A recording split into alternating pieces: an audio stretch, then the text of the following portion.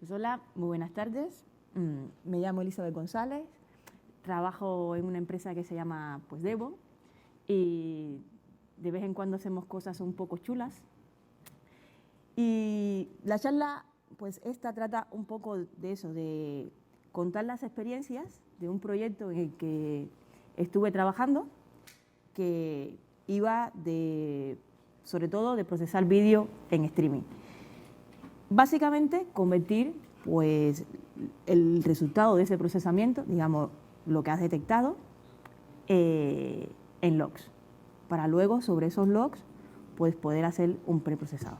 Entonces, como veis, un poco, bueno, la charla un poco está enfocada a algo más, que es lo que se le llama continuous monitoring, o sea, monitorización continua de los procesos. El problema es que yo pensé que la charla inicialmente era de 20 minutos, pero como es de 40 minutos tenía que engordarla, entonces, aunque no está puesto en el título, digamos que un poco voy a intentar enfocarla en lo que es la monitorización continua. Entonces, como veis, aquí abajo puse una serie de librerías y de herramientas, entonces, durante la charla vamos a ir hablando cómo fuimos encajando todas esas piezas para poder conseguir tener un sistema más o menos robusto y poder hacer análisis sobre él. Entonces, todo esto empezó pues con una idea de tu jefe, que llegas un día, tienes un correo electrónico con la idea feliz que ha tenido ese día por la mañana y, bueno, ala, a trabajar. Entonces, no se ve, no se entiende el... Ah, vale. Entonces, como ves, él vio pues un artículo de los muchos que hay de procesar vídeo para hacer algo en internet, que usaba pues OpenCV, TensorFlow y Docker, y lo que quería era esto, procesarlo y que básicamente cada un segundo enviara a una plataforma, bueno, la nuestra en este caso, los eventos que había. Aunque este suene mal, es sincero, pues cuando yo lo leí, sobre todo lo de desafío, pues dije, no sé muy bien dónde está el desafío, porque si te pones a buscar, me has mandado un link y ya más o menos todo esto en el área de reconocimiento de objetos para hacer cosas básicas, que en el fondo era un poco lo que él estaba buscando, pues está hecho. Entonces, esto, pues para mí, pues en una semana está listo. Error mío, porque me tuve que comer mis palabras, como pasa muchas veces. Entonces, lo que yo pensé que iba a ser una semana se convirtió en unos 3 meses de trabajo más o menos, a ratos así, de irlo evolucionando por lo que voy a ir contando aquí en la charla, que es un poco todas las trabas que te vas encontrando y más o menos la solución que le fuimos dando. Entonces, voy a empezar por atrás, voy a contar cómo acabó todo esto. Entonces, aquí, bueno, vamos a ir a la web. Bueno.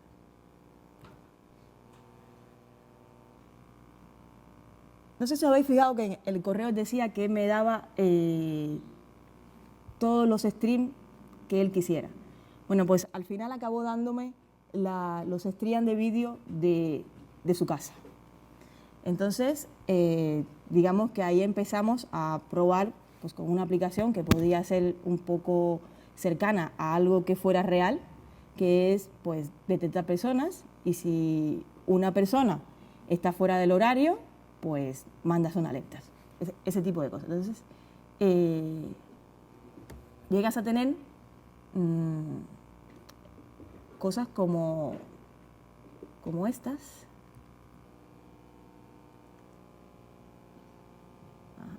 Esta.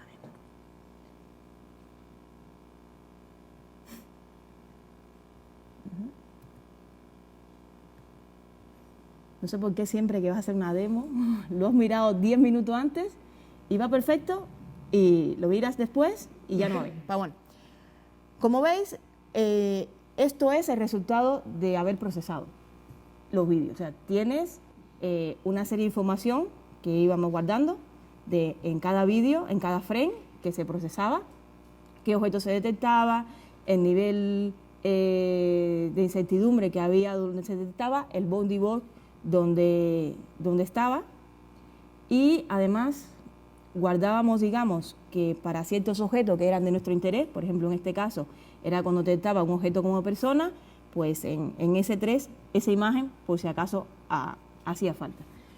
¿Qué te permitía hacer estas cosas? Pues eso te permitía tener cosas como, por ejemplo,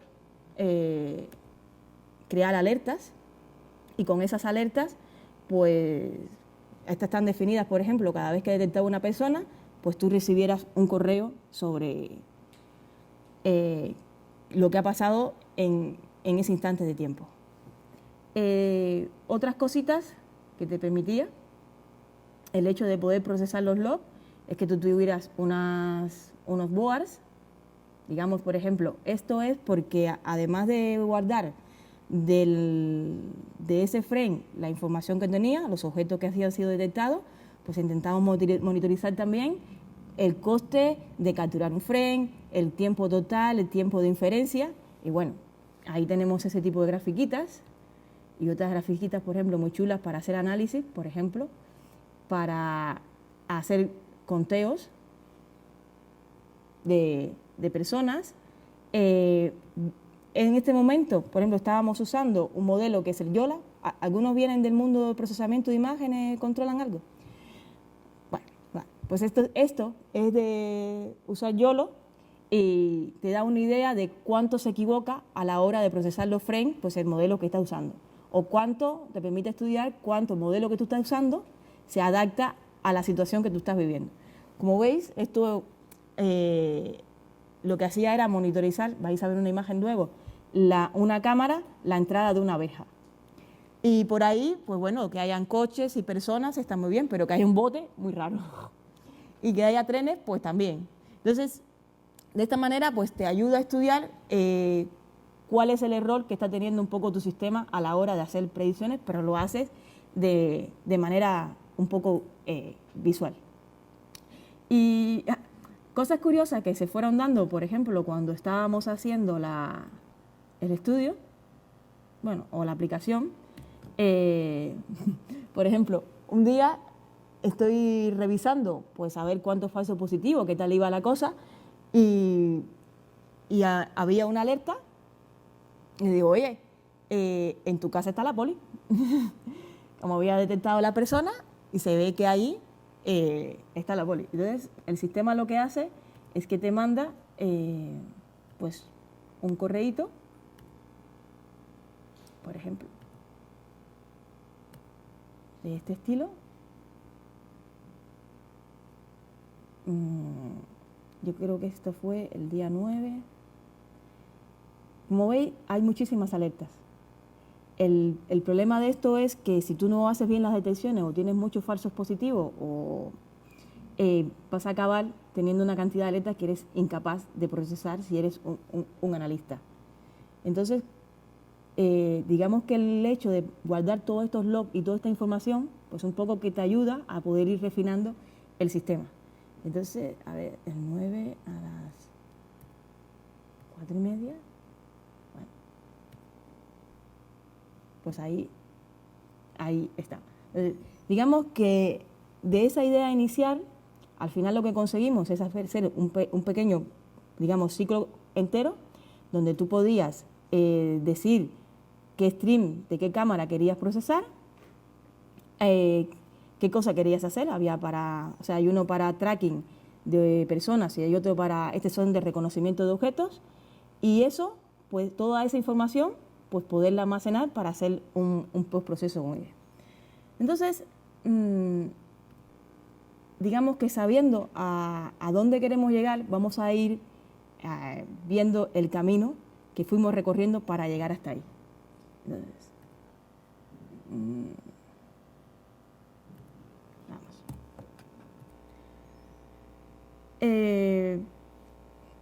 Os había comentado que iba a hablar un poquito del tema de monitorización continua. O sea, al final, lo que habéis visto ahí, desde capturar el frame hasta llegar al final, de tener un proceso de alertas y de análisis, pues no es más que un proceso de monitorización continua. Y para mí la mejor manera de describir este tipo de procesos es pues un paciente en un hospital. Digamos que tu aplicación es el paciente y tú le pones la cantidad mayor de sensores que puedas para poder controlar lo que pueda pasar en cada uno de los momentos en que está pasando. Incluso poder adelantarte, poder predecir y poderte hacer la vida un poco más fácil en todos los sentidos. Entonces, la parte, digamos, más importante de este sistema de monitorización, pues está basado en un sistema de reconocimiento de objetos. Y aquí me gustaría pues hacer un poquito de énfasis en que, claro, dentro del mundo de la inteligencia artificial, que ahora está tan de bombo, pues todo lo que es el reconocimiento de objetos es un área súper atractiva y que a la gente pues le llama mucho la atención. No sé si es porque cada vez siempre queremos que los robots siempre sean lo más semejantes o similares a nosotros. Entonces, en los últimos años, toda esta área, con todos los avances que ha habido en lo de Deep Learning, las redes profundas, lo cierto es que ha evolucionado muchísimo. Entonces, el hecho de que grandes empresas como Google, Intel, IBM se hayan enfocado una buena parte de sus recursos a hacer reconocimiento de objetos, pues ha permitido que los que no somos tan grandes, pues podemos usarla y aplicarla. Por ejemplo, este es la primera imagen, que se ve que hay una serie de objetos que han sido detectados, pues es un ejemplo básico del uso de TensorFlow. TensorFlow es una biblioteca de Microsoft o Google, es Google, ¿no? De Google, que es súper potente. Entonces, combinado con OpenCV, que es otra librería básicamente de procesamiento de imágenes, pues se pueden construir aplicaciones, la verdad, que muy chulas. Esta otra, no recuerdo su nombre, pero si no me equivoco es de Facebook y llega a ser a un tiempo bastante similar o cercano al tiempo real, pues ese tipo de segmentaciones. Con lo cual, todos esos recursos que han dedicado a ellos, pues, y gracias a que las han liberado y son open source, pues lo podemos usar y hacer cosas en un tiempo bastante corto. Entonces, cuando empecé a trabajar en el proyecto, pues lo primero que haces es investigar qué es lo último que hay por ahí. Yo cuando hice mi doctorado hace como unos, no sé, 8 años, nada de esto existía. Entonces, aunque me iba manteniendo un poco actualizada, digo, bueno, pues esta es la oportunidad de actualizarme totalmente. Entonces, me puse a investigar, pues te puedes encontrar infinidad de ejemplos, los estuve probando y lo clásico es usar pues OpenCV con TensorFlow y de pronto me encontré algo que no conocía, que eran las librerías de OpenVINO. Son librerías que ha desarrollado Intel y haciendo pruebas con ellas, pues se ve que los resultados de procesamiento de una con la otra pues difieren bastante. Y eso es básicamente porque OpenVINO, digamos que tiene detrás todo un proceso de optimización de todas esas matrices que describen, o esos tensores que describen las redes neuronales, y consigue que el coste computacional, la verdad, que sea bastante bajo. Otra de las razones que me gustaron mucho de OpenVINO es que, claro, siempre que sea tecnología Intel, lo mismo que desarrolles el mismo código sin tener que cambiar absolutamente nada, corre sobre una CPU, sobre una GPU o sobre una FPGA, que como nunca sabes tu aplicación cuál va a ser el final que va a tener, pues nunca está de más que no tengas que estar cambiando código para hacer cosas nuevas. Bueno, TensorFlow también un poco es similar, o sea, no importa lo que esté debajo, que también lo hace. Y en el fondo son optimizaciones no son más que optimizaciones de matriz.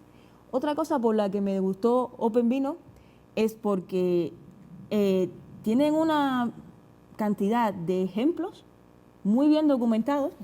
Si quiere vamos. Y eso pues facilita muchísimo la vida. Pero más que los ejemplos, bueno, que más que los ejemplos no, pero es una parte también sustancialmente interesante, es la cantidad de modelos preentrenados que ellos tienen.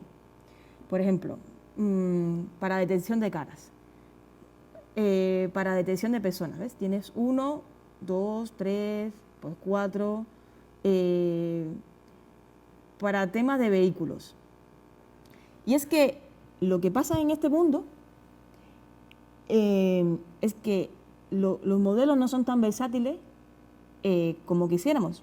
O sea, normalmente tú entrenas un modelo, tienes unos cuantos millones de imágenes, y pasar eso a otro entorno, pues lo puedes hacer, pero los resultados nunca van a ser iguales que con lo que has entrenado, evidentemente.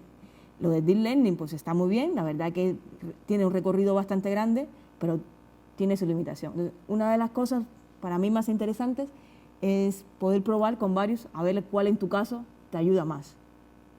Lo que pasa, o sea, conseguir tener datos para poder entrenar lo suficiente para un modelo, para tus características especiales, eso tiene un coste bastante grande. De hecho, creo que en algunos sitios ponían a los presos de la cárcel a hacer ese trabajo, o sea, en las imágenes encontrar los objetos y poder hacer la parte de la clasificación. O sea, lo más importante es tener el bounding box o dónde está el objeto y qué cosa es ese objeto, la clasificación. Entonces, como no hay ningún sistema lo suficientemente inteligente para hacer eso, porque es de lo cual se nutren ellos, pues en algunos sitios en las cárceles estaban poniendo a los presos a hacer ese tipo de trabajo. Bueno, mejor que picar piedra es. Pero bueno, entonces, lo interesante de esto, de OpenVINO y sus modelos, es que aunque no sean perfectos para nuestros casos, por lo menos los podemos usar. Que intentar hacer uno nuestro, pues lleva tiempo. Incluso, para hacer uno nuestro, es muy interesante usar ese tipo de librerías, porque nos permiten tener una base con una cantidad de imágenes para nuestro caso bastante grande, con lo cual podemos nosotros luego entrenar. ¿Sí? Una cosa, en esa base que tú le dices que utilice, puedes decir que solo utilice la parte correspondiente a detectar personas y que si pasa un perro por ahí que no ni le guste. No, normalmente, claro, el modelo viene allá adentro. El que luego hace que si pasa un perro no le interese, de hecho, mientras más objetos conoce, más coste computacional tiene. Entonces, si tú entrenas para personas nada más, pues lo que sí es, no sé si, bueno, no es algo que quería hablar, pero ya que estamos aquí, no somos muchos. Ahora lo que está muy de moda es el reinforcement learning. Y es que, o sea, digamos que cuando tú tienes una red neuronal profunda, tú tienes un montón de capas, y digamos que esas primeras capas lo que hacen es que han aprendido pues una serie de información global de esos objetos, o esa imagen que contiene esos objetos. Y digamos que la capa última contiene pues la información un poco más específica sobre ese tipo de cosas. Entonces tú normalmente no partes cuando vas a hacer tu modelo, a reentrenar de un modelo de cero. Usas uno que ya está entrenado y lo que haces es que esa última capa la transformas para que se adapte más a lo tuyo. Pero una serie de cosas que ya ha aprendido de las millones de imágenes con que las ha entrenado, pues es un útil a ti para el tuyo. Pero luego, por ejemplo, lo que hacíamos ahí cuando vimos el caso de que estaba usando YOLO detecta como 80 objetos, pero realmente estábamos usando, solo queríamos las personas. Claro, lo bueno era que tú podías usar otros modelos que vienen aquí para detectar personas, pero sin embargo, por alguna razón, en la cámara que estábamos usando, el mejor que iba era el YOLO. Entonces, pues depende de la situación. Lo importante es tener con qué probar, o al menos tener con qué empezar para luego poder reentrenar. Entonces, dicho esto, vamos a seguir, que me estoy perdiendo, me estoy yendo por lo... Dale. Entonces, pues esto más o menos es la primera parte de la arquitectura de OpenVINO, y es la de su, lo que le llaman su Inference Engine. No sé cómo traducirlo, pero es como su corazón con el tema de los modelos. tú puedes tener cualquier otro modelo, incluso obtenido en internet, los modelos solo estos, LENEC, de estos famosos que hay. Simplemente tienes que seguir una serie de pasos. Siguiendo esa serie de pasos, pues OpenVINO traduce esto a las librerías que él entiende. O sea, cualquier modelo que vayas a usar, primero tienes que traducirlo a su modelo de red profunda, usando las herramientas que trae. Es un poco incordio, pero tampoco es nada del otro mundo. O sea, es 4 pasos que tienes que seguir, que te los da ahí, y ya lo tienes. Y la segunda parte de la arquitectura, ya no solo de OpenVINO, sino de lo que hemos montado, es: tienes una cámara, capturas un frame, limpias un poco esa imagen si te hace falta. En el caso nuestro pasé de esa parte, directamente se le estaban entrando las imágenes así, la pasas por el engine de inferencia. Lo que vas a tener ahí es un vector de las cosas que él ha detectado, simplemente pintas eso en la imagen y lo sacas hacia afuera. Entonces, esa era la primera parte. Ahora, ¿por qué usar Docker? Usar Docker tenía 2 razones. O sea, ya tenemos un sistema, tenemos la idea de más o menos qué vamos a hacer. Lo siguiente era un poco poner a funcionarlo. Las ventajas de Docker pues, son innegables, pero en este caso eran dobles. Sobre todo porque montar el entorno de trabajo de OpenVINO, digamos tú en Python o en C, esto estaba hecho en Python, para poder compilar o poder trabajar, al menos yo no lo conseguí. O sea, es un entorno tan bestial y tan difícil de configurar que el tiempo que me llevaba no me merecía la pena. Hice las primeras pruebas, no lo conseguí, pues metí todo esto en un Docker.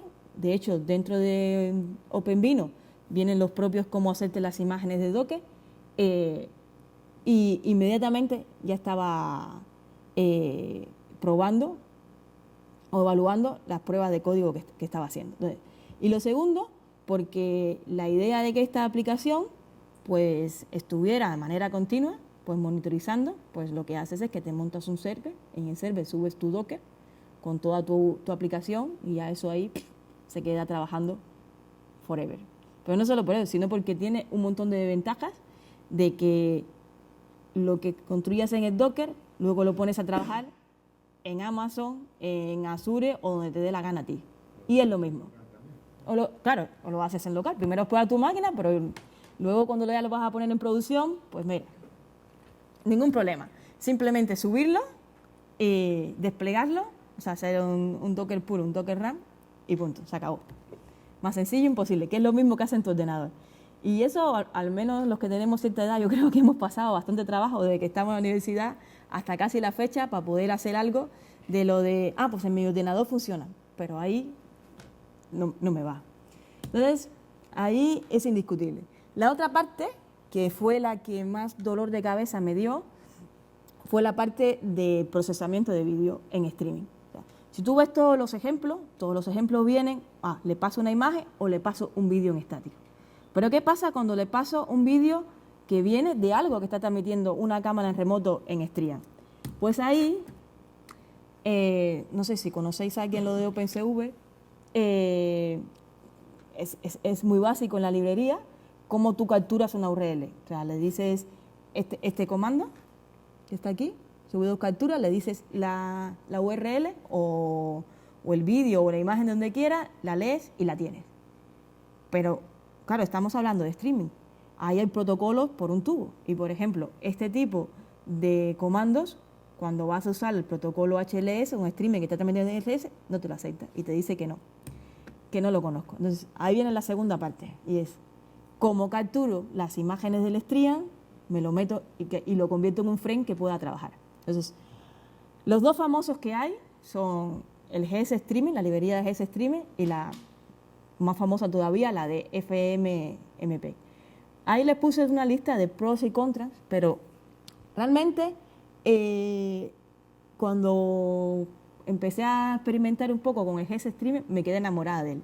O sea, la forma en que tú construyes los pipelines para poder conseguir algo es tan potente y tan sencilla a la vez que ya solo por eso realmente lo escogí.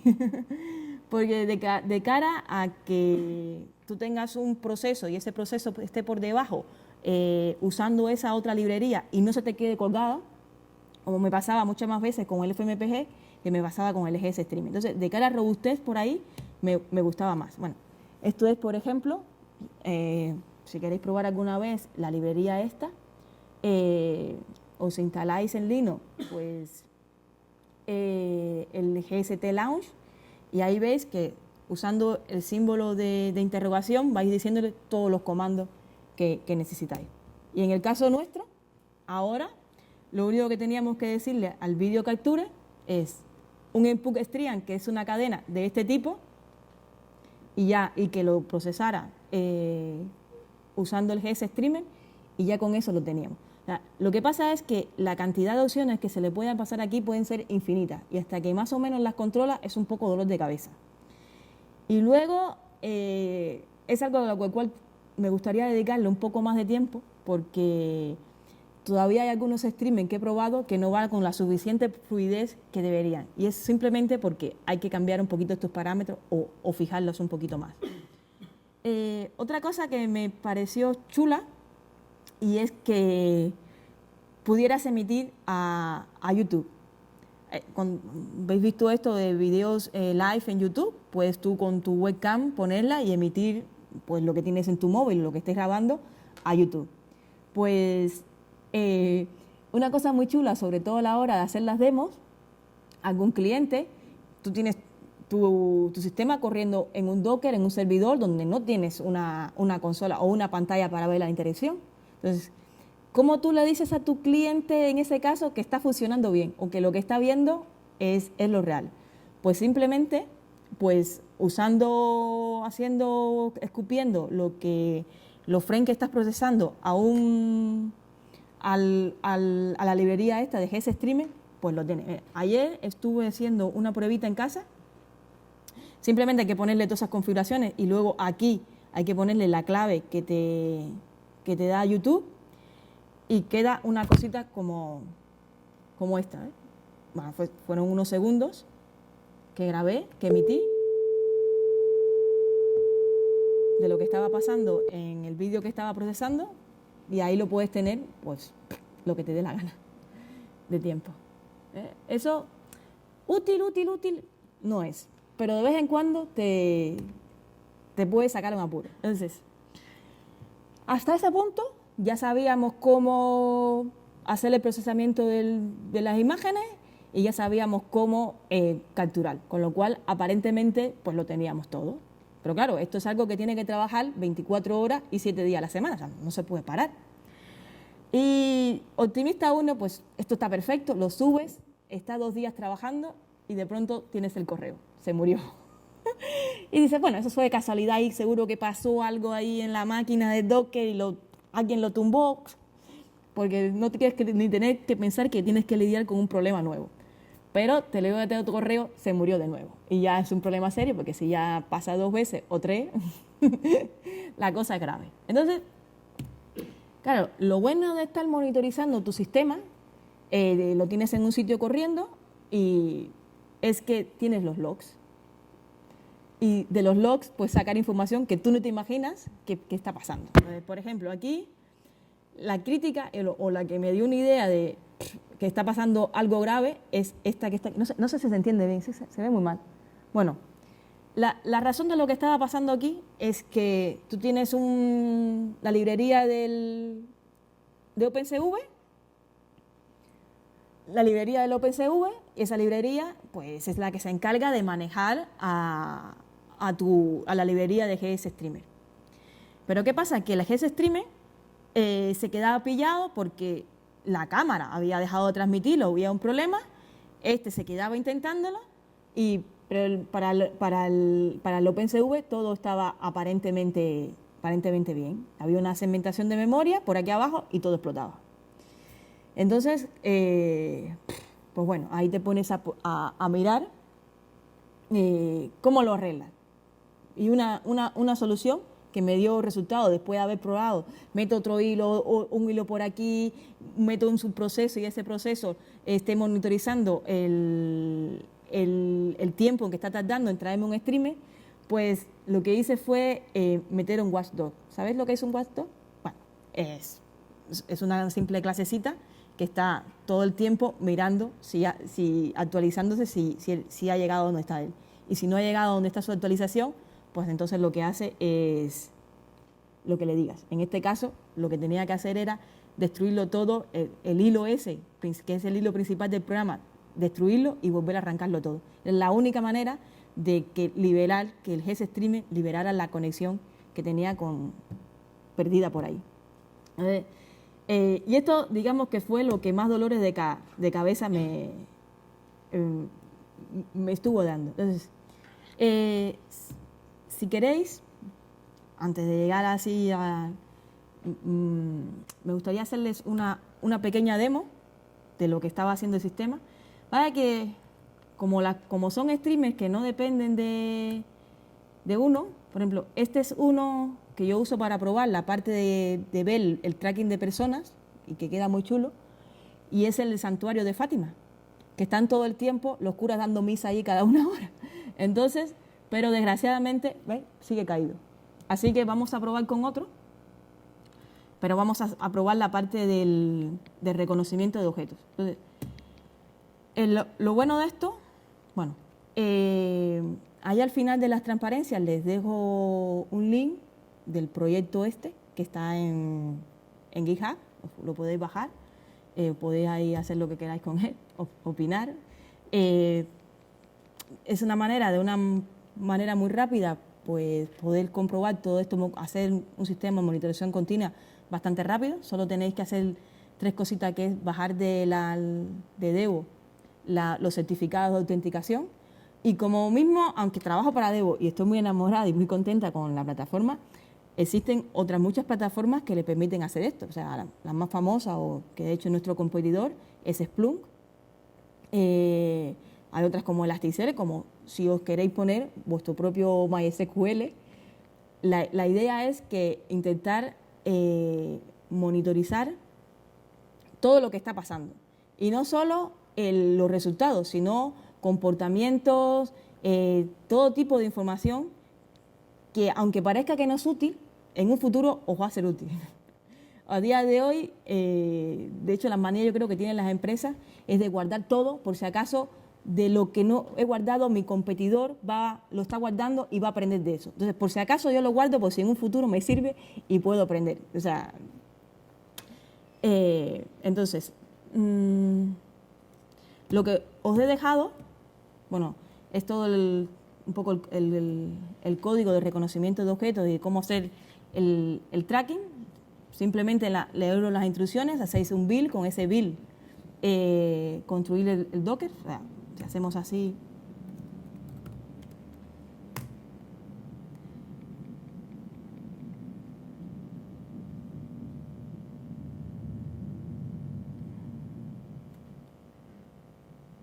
vale, que este no es código.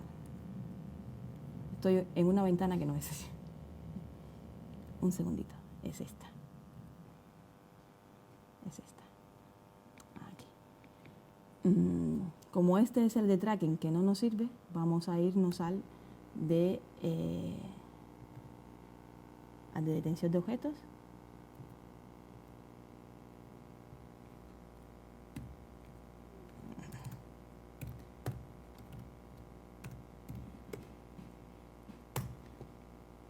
Y ahí tenemos la imagen y ahora la vamos a ejecutar. A ver. Vamos a ver si este nos sigue. Docker run, OpenVINO Object Detection. No, este no nos sirve porque este es de santuario.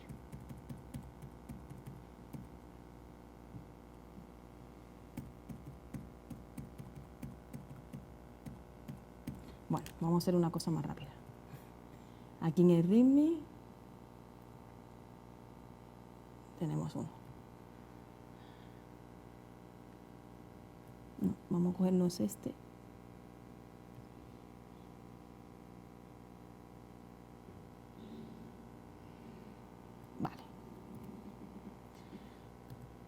Vale. La imagen de Docker que he dejado, o sea, la imagen está preparada para que podéis experimentar con varios modelos. ¿Veis? Aquí tiene modelo pedestrian, pedestrian vehicle, person retail, street vehicle, o podéis ponerle los modelos que queráis, adicionarle, construir el Docker con eso y ponerlo a ejecutar. A ver, ¿dónde estábamos? A ver, aquí. Vamos a pegar.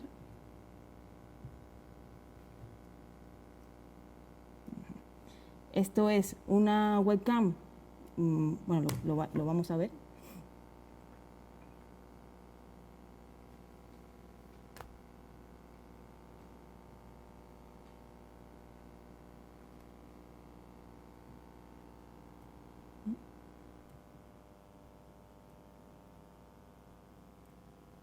Bueno. Cada un segundo hay cosas que se le escapan. No es perfecto, pero él cada un segundo lo que hace es que detecta los objetos y envía esa información. Y eso, bueno, y arriba tiene el tiempo que ha tardado en procesar ese frame y hacer la inferencia. Y como veis, va rapidísimo, o sea, son 17 milisegundos, lo que tarda en detectar las cosas.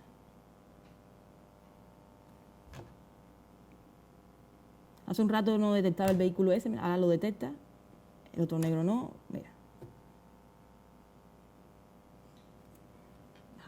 Y eso se traduce, pues lo que estáis viendo ahí,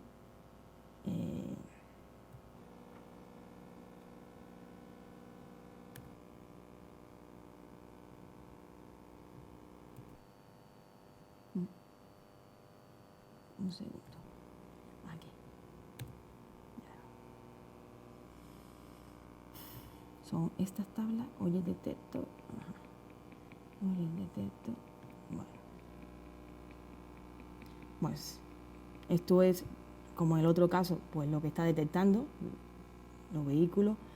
Pueden usar múltiples cámaras, simplemente le traigo uno de otro y te va detectando de múltiples cámaras, con lo cual, mientras menos consumo de CPU y mayor capacidad de procesamiento tiene la aplicación, si lo hacéis bastante bien, podéis procesar un montón de cámaras a la vez. Tenemos esta otra tabla, o sea, básicamente la demo que os he dejado envía a 3 tablas. A una que contiene lo que ha detectado, a otra que contiene las estadísticas, que es cuánto tiempo he tardado en capturar el tiempo de inferencia, el tiempo total, y otra tablita que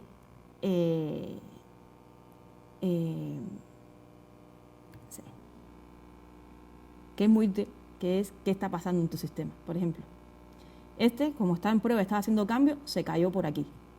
¿Ves? ¿Veis que ha dejado de funcionar? Dejó de emitirlo. Pues un poco investigando lo que pasa ahí, pues te puede dar una idea de por qué cosa se cayó. Y aquí, mira, aquí tengo en el servidor donde se está ejecutando el Docker, el que los enseñé, y lleva ya 2 meses corriendo, sin carecer. Entonces, poquito a poco, afinando, pues consigues que eso vaya. Lo bueno es que la información que estaba ahí, por ejemplo, esta versión que estamos haciendo ahora, te dice que te da idea de que la forma en que está capturando los frames no es la ideal. Está tratando mucho o cada cierto tiempo el buffer se quedó vacío, pues la idea de ahí es cambia el flujo y en vez de hacerlo a lo mejor todo en secuencia, monta un hilo que esté todo el tiempo capturando los frames y cuando tú lo necesites se lo pida, aunque haya frames que no use nunca. Entonces, bueno, pues es ese tipo de idea. Así.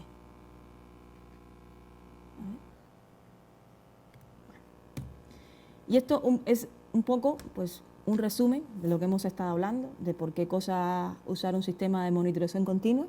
Pero pensé que me iba a sobrar tiempo, pero realmente estamos ahí justito. Si no, os voy a contar durante esto de monitorización continua por cosas que te daban una idea, o sea, o podías encontrar errores que era muy difícil de ver. Uno rapidito fue, por ejemplo, veis que en las alertas estábamos guardando imágenes. Pues cuando muchas imágenes se detectaban en la misma milésima de segundo, pues la estábamos guardando con el mismo nombre. Pero claro, es una cosa que no te das cuenta.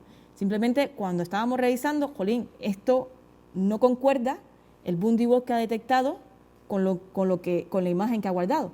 Y que claro, sobreescribía con la última imagen. Entonces las otras se quedaban con esa, todas mirando lo mismo. Entonces, ese tipo de errores que es difícil de detectar, pues haciendo este tipo de guardar logs, pues te ayudan a hacerte la vida más fácil y hacer tu sistema un poco más robusto.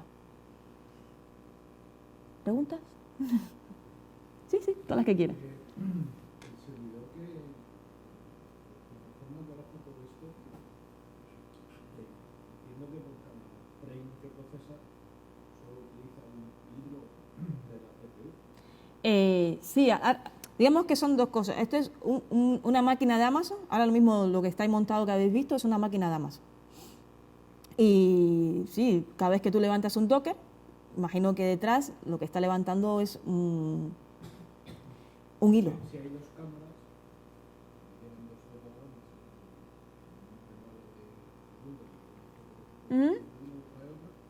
cada fotograma se procesa con un hilo diferente. No lo está haciendo como un hilo distinto. Un hilo me refiero a un núcleo de CPU. No, lo está haciendo todo. Digamos que las guardas en un solo buffer y las vas cogiendo. No tienes un hilo. Diferentes cámaras, Sí. sabe luego de quién es. Claro, porque la estás guardando ahí la información. La resolución de la cámara era un 1080p aproximadamente. Sí, estas casi todos tienen 1920 por 1080. Y la máquina de Amazon, ¿qué tipo de máquina es para saber un poco de... Pues eso la montó Sistema, pero es una maquinita la más baratita. De hecho, cuando empecé, estas librerías de OpenVINO también en vez de usarlas de la manera que habéis visto el código, la podéis usar directamente dentro de OpenCPU, de OpenCV, pues con una magia rara. Entonces, mi intención era, cuando hice las pruebas, era usar usarlas juntos para que fuera pues más sencillo todo. Sin embargo, lo que pasaba con esta librería es que funcionaban en las pruebas que hice muy bien en una FPGA. O sea, OpenCV, con esto de OpenVINO por detrás, solo funcionaba, o la mejor forma de funcionar, en una FPGA. Y claro, me dieron una FPGA, una máquina con una FPGA, para que eso fuera a toda la leche. Pero luego, cuando lo separé, vi que no hacía falta. O sea, con esos tiempos de procesamiento, no te hace falta una buena máquina. De hecho, en esa máquina va muchísimo más lento de lo que va en mi portátil. Y claro, y si veis, a ver, en esa máquina están corriendo ahora mismo, pues no sé cuántos dockers. 1, 2, 3, que son de otros dockers que tengo, 4, 5, 6, 7. Aquí está corriendo ahora mismo 2 veces la plataforma de Devo, metida en Docker, porque son para pruebas distintas, más 2 Docker con la detección de objetos. O sea, y da para más. Yo solito limpia la basura, por así decirlo. Claro, el propio, Procesa, claro, eso no está ahí.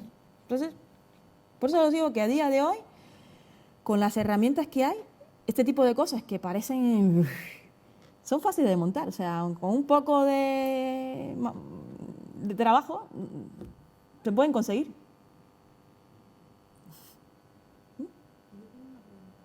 Y 2.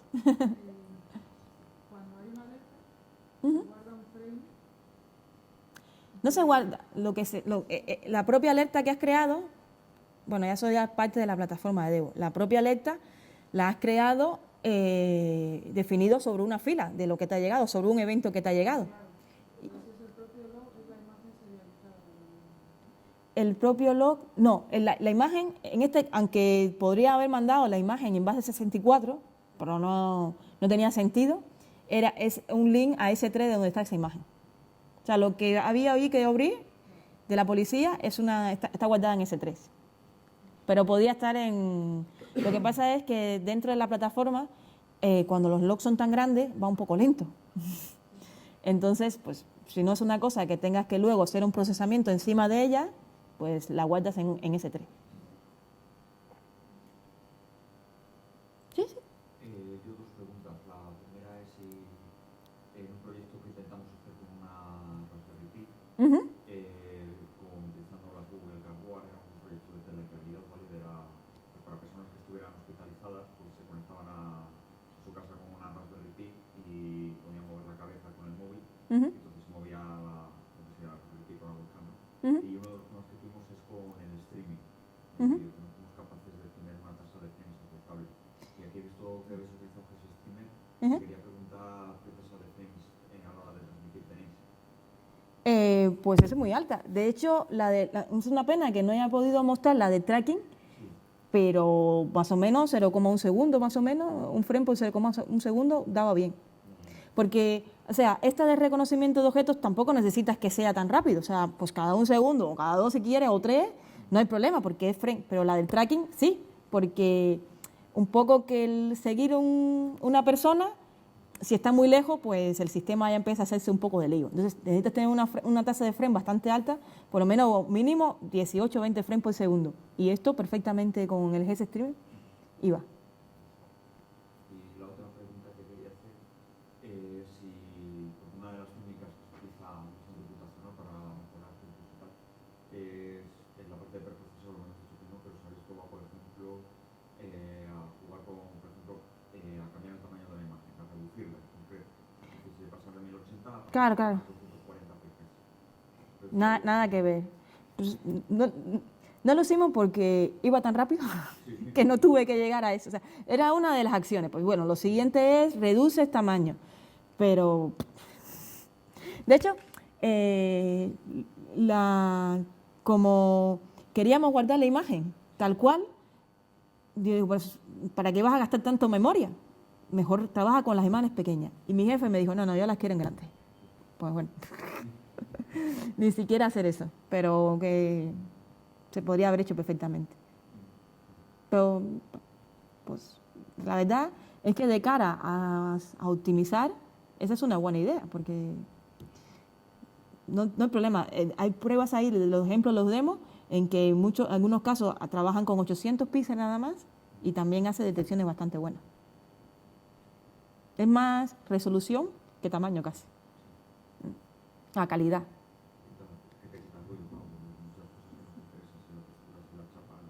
Claro. Nada. Sí, lo que he visto me da la impresión de que no se ha utilizado CPU, ¿verdad? No, está con la CPU. De hecho, bueno, si os animáis alguna vez a ver lo que he publicado, pues una de las opciones, o sea, cuando tú levantas el Docker, le das una serie de opciones, que es, pues, de dónde quieres coger, y le dices el tipo que vas a usar, porque como OpenVINO, y está basado esto en OpenVINO, lo soporta simplemente con decirle, quiero, por ejemplo, para el caso de usar una Raspberry Pi, pues lo normal es que se use, Intel tiene una especie de tarjetas de GPU que se conectan por USB, que no recuerdo su nombre, pero me parece una cosa muy chula. Entonces, a la Raspberry Pi le conectan eso. Entonces tú le dices, quiero correr eso, una Raspberry Pi, pero que corra en esa GPU. Y entonces es un parámetro que se le cambia. Ahora mismo lo tiene por defecto CPU, pero si tú se lo pones, le dices cuál es y ya él funciona de un lado o en otro. O una FPGA. Pasa que en la FPGA, el Docker que he publicado, le falta una serie de cositas más para que funcione sobre la FPGA, ese Docker. ¿Sí? Ah, vale. Bueno, pues... No. Que quiero que me pregunten y ya casi que obligo.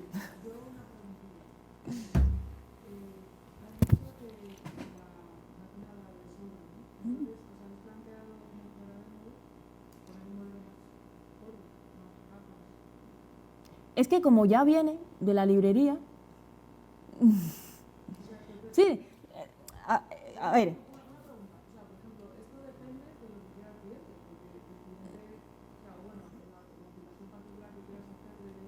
Uh-huh.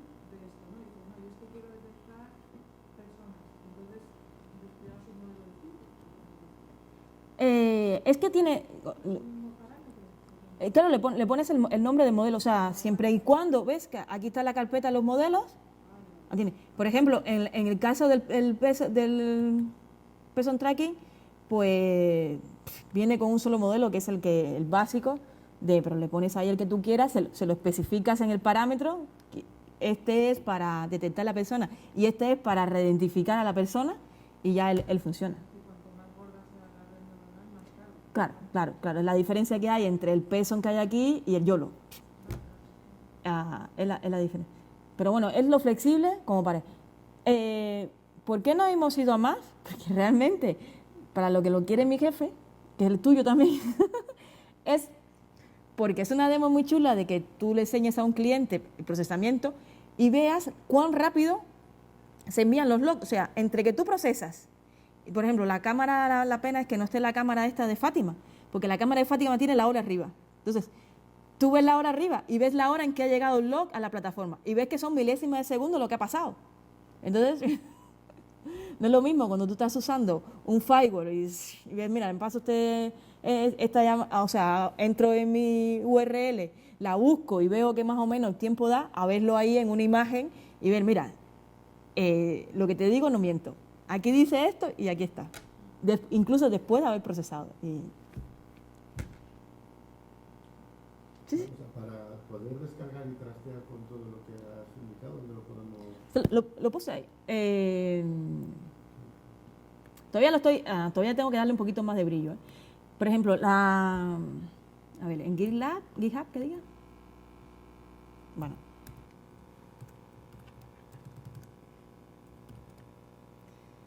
Más que nada el tutorial hay que darle otra vueltecita más.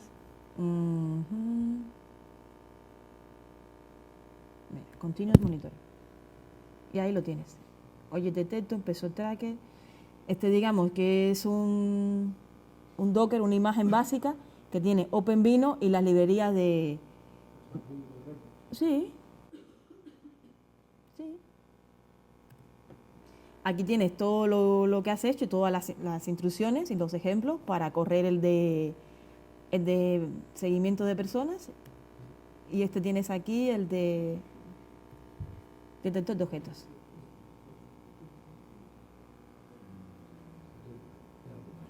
¿Eh? Ya lo puedo dar.